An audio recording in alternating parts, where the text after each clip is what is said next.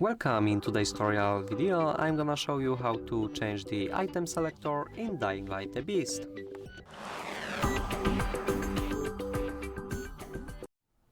So as the first step we have to open the settings. To do it, press the O button on your keyboard or move your mouse over here and open options. Now go to the HUD settings and make sure that you find the player tab.